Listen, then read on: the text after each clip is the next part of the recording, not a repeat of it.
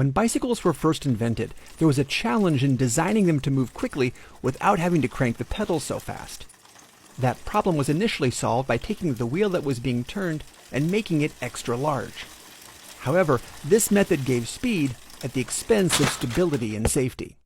A better solution came by using a mechanism that had actually been around for thousands of years: gears. This solution was right in front of everyone's face, considering this was happening around the time of the Industrial Revolution in Europe, which was being powered by machines full of gears. One set of interlocking teeth on a circle push a set on another circle.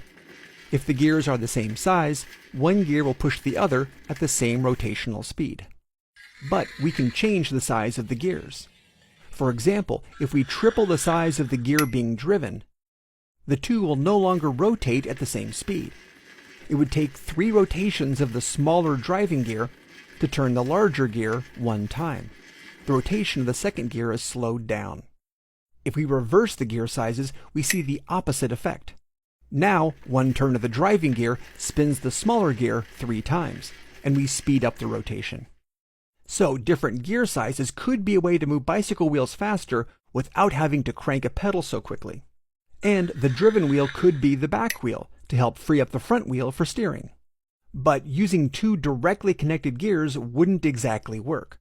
When one gear turns another, the rotation is reversed, so pedaling forwards would drive the bicycle backwards. The fix would have to come from another centuries-old invention, the chain drive. In 1092, the Chinese scholar Su Song was designing an astronomy tower with a clock mechanism to help track the movement of the night sky. To drive the exacting rotation needed in a clock, he developed a chain mechanism to move gears that were offset from each other. Chains similar to those we see in bikes today were sketched by Leonardo da Vinci in the 16th century. These chains could wrap around special gears called sprockets. With the chain drive connecting different sized sprockets, you could still have different rotational speeds, but at a distance and in the same direction.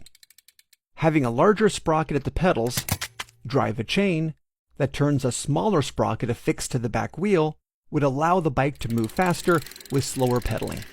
We're going to finish this up with one final chapter looking at different gear ratios in bicycles. So hold tight until next week. Thank you.